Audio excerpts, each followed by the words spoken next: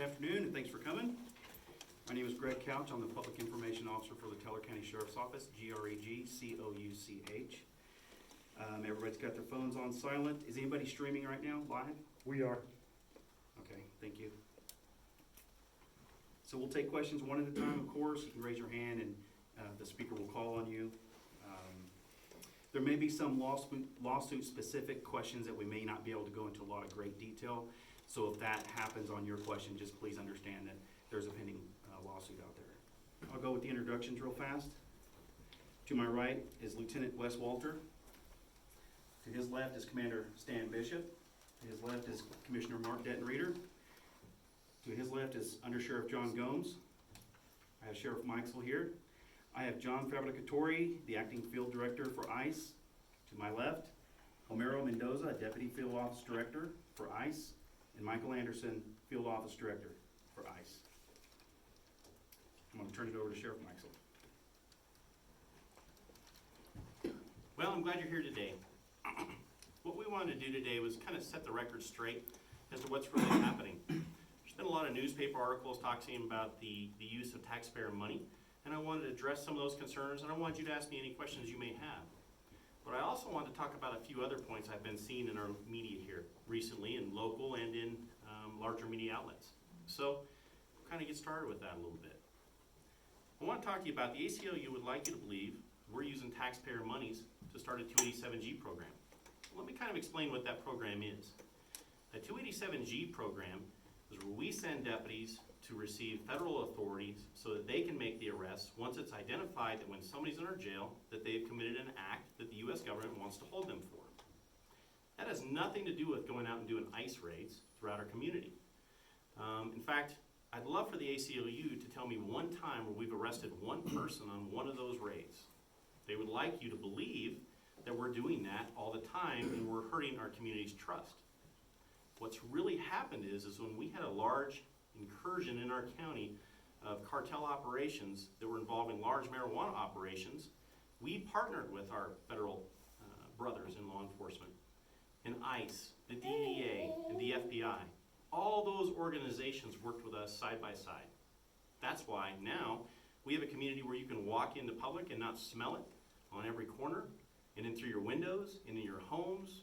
And the fact is that you can live and understand that you have a free area where that your children can grow up, they can ride their bicycles without having some form of an illegal operation in their communities. Why is that important? We each live in a free community where we're free to make decisions and feel safe in our own homes. I think that's an important factor. The ACLU wants you to believe that we settled the last case with them. We did. They asked for a settlement. We gave it to them because we won. They didn't like that. And unfortunately, this has kind of spun into, well, we came to a mutual agreement. No, not really, okay? They stopped that lawsuit because they did not want to lose something. Because kind of what tends to happen is they would like us to settle with them so they can go to the next agency and request the same thing from them. I didn't feel it was right to pass the buck down the road to some other taxpaying group. So we took a stand. And we'll always take a stand for our community. That is what we do. We're a sheriff's department. We're here to protect you and not pass the buck every time somebody wants to be ugly with us.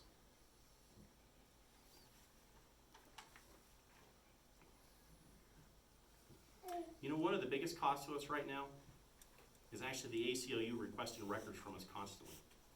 It's a harassment tactic. It's the ability for them to constantly go after us requesting information which pulls staff off of the roads. It takes my staff away from their actual law enforcement duties to do those things. So we had 6 people within the community that felt that I was doing something wrong by working with ICE and our federal partners to attempt to stop some of this. That's their right. They can do that. I'm still going to continue, okay? Because I think in this room, and probably throughout this county, we have many, many, many more people that want us to continue doing this. Here's the thing. This was never about immigrants. This was about lawbreakers. You break the law in Teller County, you go to jail in Teller County. And in the course of doing so, we find out that you're wanted by our federal partners for something else you've done out there, then I think you should be held for that. You shouldn't be here because you're going to commit more crimes. There's more cost to a community for them to break crimes continuously and do so. So I want to take you to a new article that came out in KOAA. That article talks about the Teller County Sheriffs in May of 2017, that we released somebody because we didn't hold them. That was the night of the day I was sworn into office. That was through another agreement someone else made, or a response to an ACLU request not to hold people. Well, we released them. And guess what? That person went on to injure somebody in a hit and run accident. Okay? What would have happened if that person would have been stopped and deported out of this country for crimes they had already committed through a long criminal history since 2000? Maybe one more citizen wouldn't have to deal with that. That same person took off and ran, which now costs law enforcement time and energy to go find. Did we release somebody? Yes, we did. Should we have done so? No, we should not have. And that wouldn't have occurred. That's why when I came into office, we looked at this and decided we're not going to do those things. We will hold for our federal partners. Now, did the governor pass a new law that says I can't do that right now? He absolutely did, but at what cost to the citizens of Colorado? And here's what's going to happen. He's right. I can't take a detainer right now. That's not happening. But what is happening is that I am having deputies trained so that they'll have federal authorities, and they can do that. I can sign an agreement. And even the governor of the state of Colorado said he was not going to interfere with a local law enforcement agency working with our federal government or federal partners. That was important. So that's the one thing that was struck. I think the ACLU tends to forget that or overlook it. You know, it's not about a political agenda right now. What this is about is us protecting our community at a local level, and that no one should be able to interfere with that. Because at the end of the day, who knows best? You elected me to make hard decisions. I've made that hard decision. This is not an easy day having to be sued all the time, deal with records requests, and constantly harassed by other side. It's not something I like. But I will say this. I and the Board of County Commissioners of Teller County are standing fast in the response that we will protect our community. It is about our community. And I think because I've lived here most of my life, I love this community. I would never want something to happen to a loved one. So if it was in my power to stop something from occurring, why wouldn't I take a stand? Is the president making a stand? Absolutely he is. I hope he gets through with all the things he needs to have done. What is it, a stand in our community? Of course it is. There's a certain point where each American has to decide to do something to help. And that's what we're trying to do also. A lot of people say, well, you're just taking the same stance as Trump. To some degree, it's our community. They should feel free and be able to see that people are protecting them as well.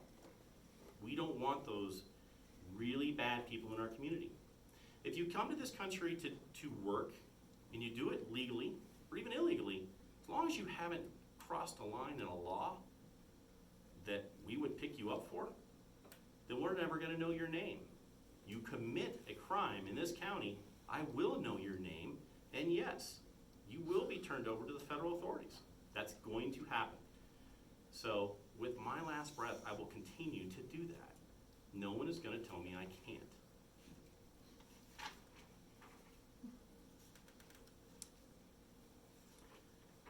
If we would constantly release men and women that have committed crimes, where does that crime continue to occur? I think they want you to think that, well, it'll never occur again. These people are just going to do the right thing. Are they really? Because that's not what we're seeing across the country. You're seeing people being hit on the roads with people that should have been deported. It happened here in Colorado. You're seeing murders taking place because that person should have been deported, and they weren't. In this county, we had multiple arrests, and that's what won the lawsuit last time, that those arrests were people that would have gone on to commit crimes in the community, and we were able to show that. That decreases taxpayer cost because we're not constantly putting them back into our systems for a recidivism rate that we can't control. That's why it's important to work with our federal partners. I have agreements with the DEA and the FBI, and they help us with multiple cases. That's just something we have to do. We have to partner with our federal agencies. It's done every day in every jurisdiction in the United States, everywhere. But what we're trying to do where others are trying to do is alienate one organization that is attempting to do the right thing, and that is ICE. That group are you. They're citizens of this country also. And now you have people that are pulling down flags and doing things that injure our fabric of our society. And I'm sorry, that was a criminal act. And it needs to be understood that these men and women put their life on the line every day just like we do. And I think that's important, that we understand that they have mothers and fathers that raise them in good communities, and they're trying to do the same for us. So I will continue to partner with ICE. There's just no reason not to. They're trying to do the right things. Any questions as to why we're trying to do this? Yes, sir. Sheriff Mike Sell, I want to thank you and the commissioners in Teller County for the good work that you have been doing. I have a question for you. What can we, as the people of Teller County, do to support you in any way? You know, right now you're doing it. You know, for those of you that are supportive of this, just the thank yous that we get on a daily basis is huge. To understand that our community is behind us. And I really appreciate that. Because these deputies are the one that do it. I'm the one that takes the heat. But quite honestly, my deputies are the ones that do the great job in the community and protect it. Yes, sir. Well, I guess it ultimately is a two-part question, but this is costing taxpayers money to do this, correct? No. Not at all? No? Here's the thing. This program is paid for by ICE. So it's federal tax dollars. It's federal tax dollars. But isn't that what our tax dollars are supposed to do, is go to enforce the law? So ultimately, our tax dollars are doing exactly what they're supposed to do with that? Absolutely. And let me kind of expand upon that a little bit. We have multiple times had ACLU request from us information as to how much money we have spent on this program. The answer multiple times has been zero. So you have something under core law, and what they say is the case ripe yet? It's not ripe. The only thing that's been ripe is the ACLU's direction towards us on what they say that we are doing. So, for your question, there's not been a dime spent on this program at this time. Locally. Locally. Any questions in the back from our media partners? I'm just curious on the first ACL lawsuit. They made it sound like they won. You said that wasn't the case. It was just like a settlement, like a mutual agreement between the two. Can you kind of expand a little bit more on that? Sure. When's the last time you've seen the ACLU say, hey, we just settled with this, with a law enforcement agency? Doesn't happen very often. And if he could get on a pedestal and tell you that they beat us, they would, and law enforcement would still be silent. The problem is that we've not been silent. We have talked about the fact that, yes, we did win. What did they want me to do? They wanted me to stop holding people. We didn't stop holding anyone. So I think that's a win in my book. And something I brought up last time, I don't ever take on a fight that I don't think I can win. And I am pretty sure I can win this one also. So we're going to continue on with this. Yes, ma'am? When are deputies going to be sent out there to be trained with ICE? We believe the end of August. Any other questions? Yes, ma'am? What hit and run case are you referring to that we reported on? So that was a 2007 case that was where we released a gentleman. It's on your website. And then that gentleman here recently did a hit and run from Colorado Springs police officers. Do you know where this guy is now? I don't. Her name? Yeah, what's the name? Do you know? I can let our ICE partners tell you the name and more about the incident, Okay. since it's your story. So, but the one thing I'll tell you is that's just another one of those where they have talked about, well, it was just a DUI you arrested him on. It's just local charges. Sure it was. It was local charges.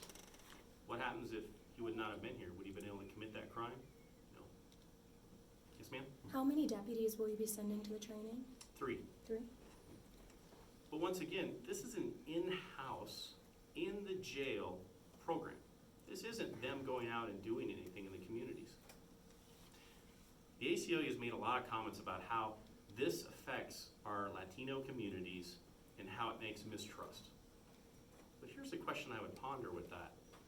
So, how many of those communities want convicted criminals and criminals in their communities? Do they want them in their communities? They want good law-abiding citizens in the community. That's what makes the fabric of a community.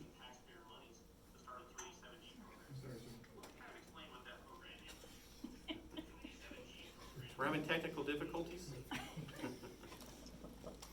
So I think that's important to understand on what that means. So Sheriff, Yes, ma'am. when you guys settled that last lawsuit, you guys had a joint stipulation that you guys would be giving them information about this program. So I guess when did they start, asking more and more questions and pressing you guys? Like, when did they start coming out where, hey, you're using taxpayer money? Sure, so there was no legal stipulations that had been given. There was a request by them that we give them information.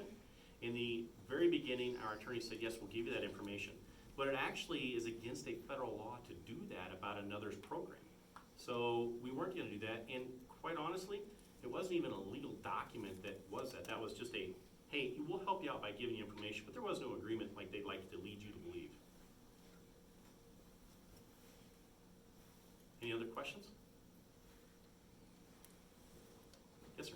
Just a comment, Sheriff. You mentioned these were 6 people that were behind this latest ACLU move. I want to reassure you, I'm a business owner in this community. You have the support of 99% of the people in this county. And I talk to a lot of people, and they're very proud of the stand that law enforcement is taking in this situation. And the bottom line is, and it's a very politically correct thing to say right now, but these people broke the law coming into this country in the first place. We have a good immigration system that allows a lot of people, but they broke the law to get here in the first place, so they're already lawbreakers. And I just want to extend my sincere support to what you folks are doing, and we thank you. Thank you. At this time, we're going to end our meeting. I just want to thank you for all coming today. I appreciate your quick response to, did you have one more question? One more question, sorry. How long is the training expected to last? You know, ma'am, I don't know. That's a technical question. Okay, But if you speak with our PIO, Greg Count, she can get you that information. okay, And Appreciate just thank you. real quick, Sheriff, Yes, do you have ma'am. a message for the ACLU? You know, I think my message is we're not going to back down from this. As much as people would like us to, this is something that I think tears at our fabric of our country right now. There's a lot of us from one side and the other. And they need to understand that at no point in this have we ever made it personal or the understanding that this is for our community. This is not for them. And I know how much they would love us to go point for point all the time. My biggest thing is to put out facts. This is for our community's sake throughout the state of Colorado, not just here, but it starts grassroots here. Chase, you got a question? Yeah, I was just gonna say, real quick, just, we had the lawsuit before that, we settled and we're going to another battle. I mean, after this all gets situated, do we kind of expect, like, maybe this could be a new trend? Or do you think what's gonna happen after this, after everything gets figured out? What do Yeah. you think the chances are of maybe another lawsuit happening? Well, I hope I get to go on vacation first. But I'll tell you what, I'm sure there will be. Here's the thing. This sheriff's department has stood up. What's the biggest fear of the ACLU? That I win and other sheriffs start doing the same thing. That's always been the case, right? Because last time I won, it did cause them some angst with other agencies saying, well, we don't have to do this. They haven't been able to get anybody to settle with them for quite a while now, because that's really what they want. It's about money at this point. I would challenge anybody to believe that it's not. So, and I think that's an important factor. So we're doing this for our community. That's what we're doing it for. And quite honestly, I don't really look at another political office. This is just what I'm doing. I have no other reason to do this other than the fact that I love my community and I'm not going to allow it to be trashed by others. All right, well, thank you so very much. Thank you. Take care. Thanks, guys. Now, if you guys want to try to get some sound with these folks here in the audience, you're welcome to do so. If they are welcome to